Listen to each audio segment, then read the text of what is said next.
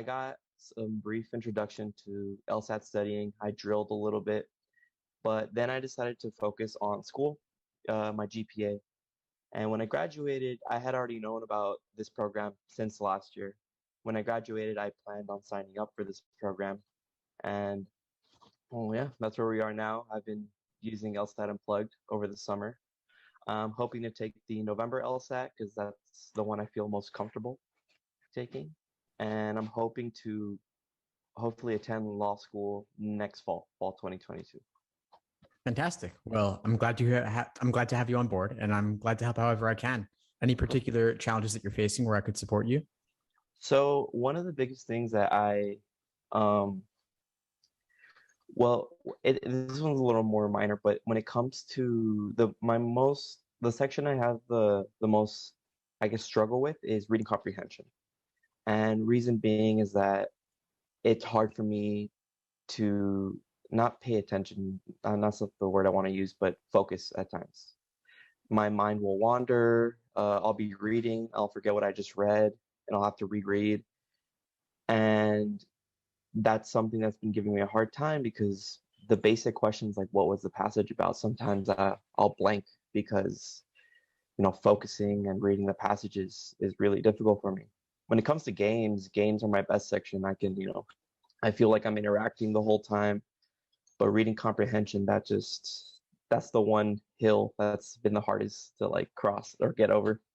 I hear you on that. They're really good at making reading comp boring. Yes. So I hear you on that. And when they ask about like what was the focus of the passage, what was the main idea, what was the author's opinion, it's tough because it kind of directs you towards trying to summarize everything. And that's not really what you want to do. It's not about summarizing. It's about thinking to yourself, what was the main thing the author was trying to communicate? Why did they write this? If they could only leave you with one central idea, what would that be? And it's often summarized. It's often, I won't say summarized, it's often mentioned directly in the passage. There's oftentimes some kind of thesis statement.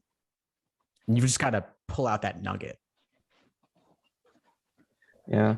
And I've like seen some of the videos, and one of the things I used to do, and thanks to you, I stopped. I used to highlight and take notes, and I realized even though I was doing that, it wasn't really helping me. It was just taking away from my time.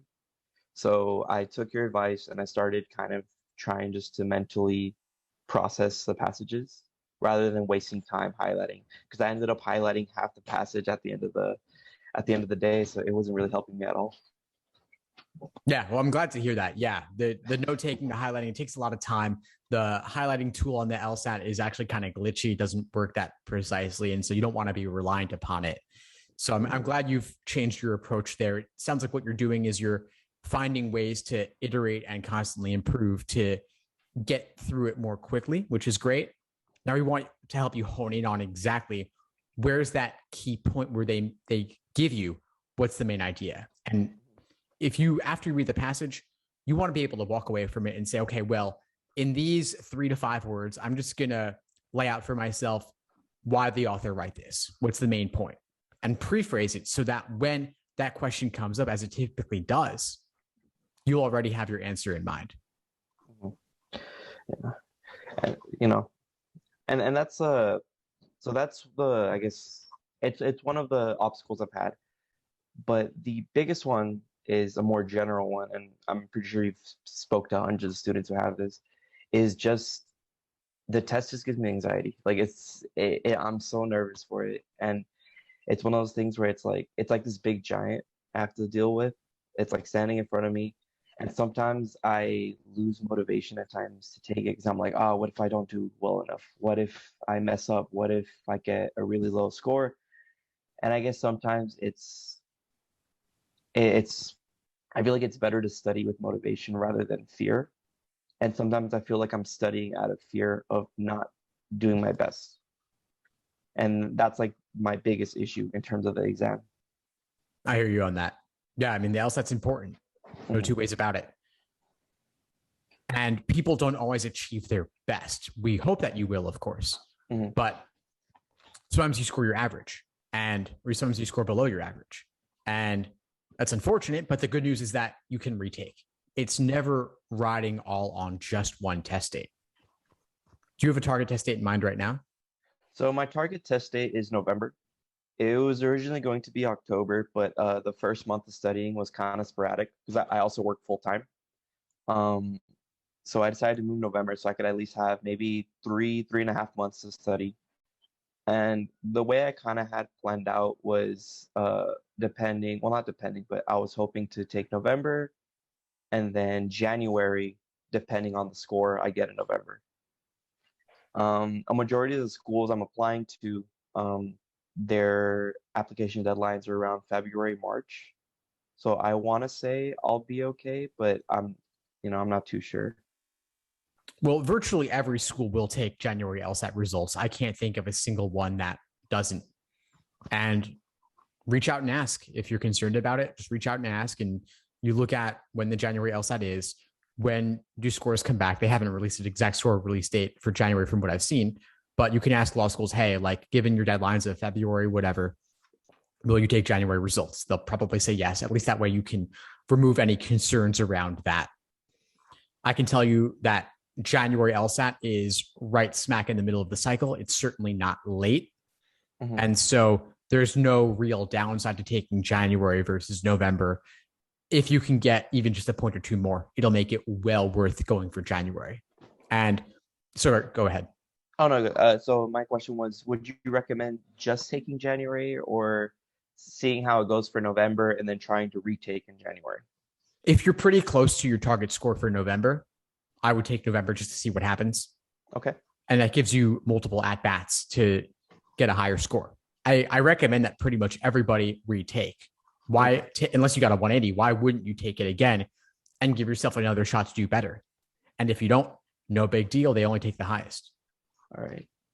And I guess my last question, in terms of a personal statement, I had a draft that I wrote when I was in the program, and the draft essentially had to do with my grandfather being a judge, and that inspired me to do law in the long run. But I have been seeing kind of the LSAT Unplugged post as to what personal statements, the routes to take for a personal statement. So it's kind of a long-winded way to say that, in terms of my personal statement, would it be wise to mention kind of my influences as to why I want to go to law school, or should I hone in on a specific experience or event? I would always recommend honing in on a specific experience or event. Otherwise, you run the risk of trying to include everything and summarize, which means that you can't go as deep in any one area. The other thing I heard in what you said regarding like judge family influencing you, that's fine, but you want to make sure that you bring it back to yourself. So it's okay to mention that someone else inspired you, but you want to bring it back to talking about yourself, your motivations, your experiences. Otherwise, it ends up being more like a biography rather than more of like an autobiographical essay in nature. But again, I don't want to suggest that you try to be comprehensive. Rather, I'd suggest going deep with specifics. Okay. All right. Well, that's good to know. Thank you so much. I think that's all I have in terms of questions. Thank you so much for speaking with me. This really was helpful. My pleasure, Angel. Of course, if you need anything else, feel free to reach out anytime. Of course. Thanks so much, Steve. Thanks for tuning into the show. Please subscribe if you haven't done so already to be notified of new episodes as I release them. And feel free to reach out if you need anything at all as you move forward with your prep. I'm happy to help however I can. In the meantime, I wish you all the best and take care.